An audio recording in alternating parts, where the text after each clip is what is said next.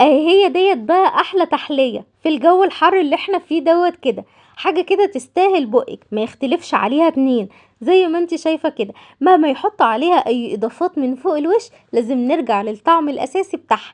تعالي نسمّي الله ونصلّي على الرسول ونشوف عملنا الرز بلبن بتاعنا دوّة إزاي، وإزاي عملنا الوش بتاعه مكرمش كده. يالّا بينا نبدأ على طول ونشوف عملنا إيه.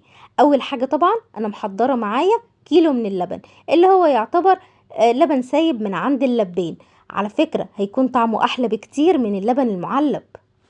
أول حاجة بقى طبعًا هاحضّر نُص كيلو نُص كوباية من الرز، هاغسلها كويس جدًا وارجع أحُط عليها كوبايتين من المَيّة وارفعهم على النار واسيبها لحد ما تبدأ اللي هي تستوي خالص معايا.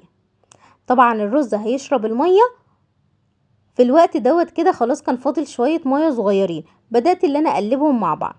هاحط كوباية سكر، وهنا الكوباية ديّة اختيارية تقدري تقللي أو تزودي زي ما أنتِ عايزة.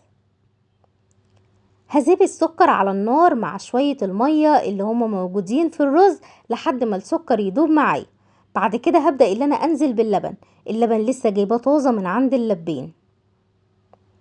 نزلت بكيلو اللبن كله بس سِبت شوية كده على جنب، عشان هاقول لِك أنا هاعمل بيهم إيه، والشوية اللي أنا سِبتهم تقريبًا نُص كوباية. مستمرية في التقليب لحد ما اللبن يغلي معايا لأن هو مغليش أصلا. جبت معايا ربع كوباية اللبن أو نص كوباية اللبن اللي أنا شلتها على جنب، وهحط معلقة ونص من النشا وهقلبهم بالشكل دوت كده لحد ما النشا تدوب معايا. طبعا انتي لو نسيتي تحطي تشيلي شوية لبن عادي، ممكن تستخدمي مية، مفيش مشاكل. معايا بقى هنا قشطة اللبن، وقشطة اللبن اللي احنا بنشيلها من على وش اللبن، يعني مش هتكلفي نفسك ولا أي حاجة.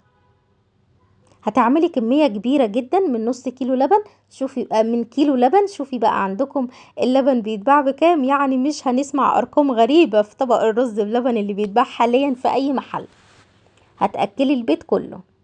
نزلت بالنشا، وبعد كده خدت قطعة قشطة كده حلوة كبيرة محترمة وحطيتها مع اللبن.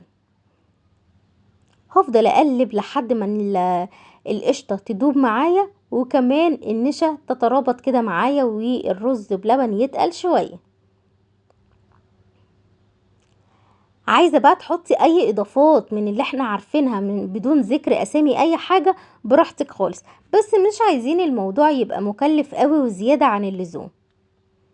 كده خلاص اللبن بتاعي غلي والسكر داب وكمان القشطة دابت معايا، وبقى الرز بلبن كريمي وطعمه حلو جدا، والنشا بدأت اللي هي تترابط كده معايا، وايه زي ما انت شايفة كده. لو وصلتي للمرحلة ديت يبقى الرز كده بتاعك تمام. هعبيه في الأطباق، بس خلي بالك لازم تعبيه في وقتها على طول. اوعي تسيبيه وتقولي ايه كمان شوية ابقى اغرفه في الأطباق، لا طبعا ما ينفعش، لازم تغرفيه في وقتها كده على طول. ما تخافيش، هو مش خفيف ولا اي حاجة، هو بيتقل مع الوقت، يعني اول ما يبرد هتلاقيه تقل معاكي. بس السمك بتاعه دوت حلو جدا مناسب للأكل زي بتاع المحلات.